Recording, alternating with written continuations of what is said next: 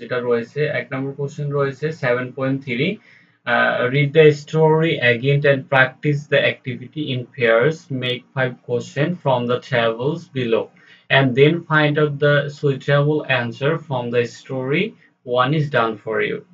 তার মানে এখানে দেখো এখানে বোঝাচ্ছে যে রিড দ্য স্টোরি, তার মানে স্টোরিটি পড়তে বলতেছে এগেইন আবার এন্ড প্র্যাকটিস অ্যাক্টিভিটি, এবং কাজগুলো কি করতে বলতেছে এখানে আহ, আহ, মানে জোড়ায় জোড়ায় কাজগুলো করতে বলতেছে। আচ্ছা, make 5 question from the table below. আচ্ছা, তারপর কি বলছে এখান থেকে 5টা কোশ্চেন তোমরা তৈরি করবে, তার পাশাপাশি কি করবে অ্যান্সার করবা। তাহলে এখানে আমরা যেটা দেখতে পাচ্ছি, তো এখানে প্রথমে যে বিষয়টা দেখো,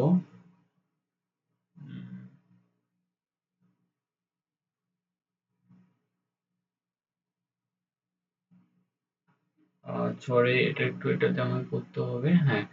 তো প্রথমের যে বিষয়টা এখানে দেখা যাচ্ছে হাউ ওয়াজ মিনা, তার মানে এখানে বলতেছে যে মিনা এখানে কেমন ছিল। তো আমরা এখানে বলতে পারি যে মিনা কি ছিল, হেল্পফুল। হেল্পফুল মানে কি সহায়ক ছিল।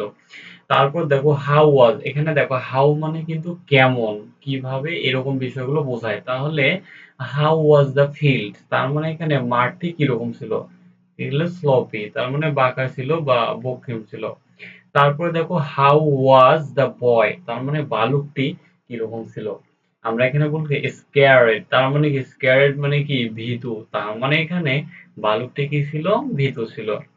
তারপর বলা হচ্ছে হাউ ওয়াজ দ্য রোড, তার মানে রাস্তাটা কি স্লিপারি, তার মানে এখানে কি ছিল, পিচ্ছিল ছিল।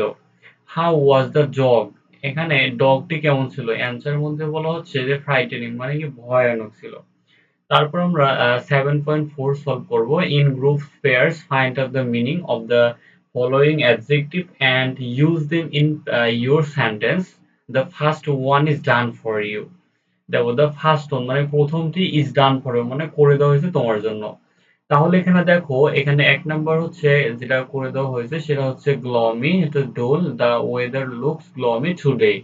তারপর হচ্ছে মার্ডি, মানে এটা হচ্ছে ডার্টি, মার্ডি মানে কাদা, কাদা যেটা বোঝাচ্ছে। ডার্টি মানে কিন্তু নোংরা, ঠিক আছে। তাহলে এটার সাথে এটা একটু বোঝাচ্ছে। তাহলে দ্য রোড ওয়াজ মাডি, তার মানে কি ছিল, রাস্তাটি কাদাযুক্ত ছিল।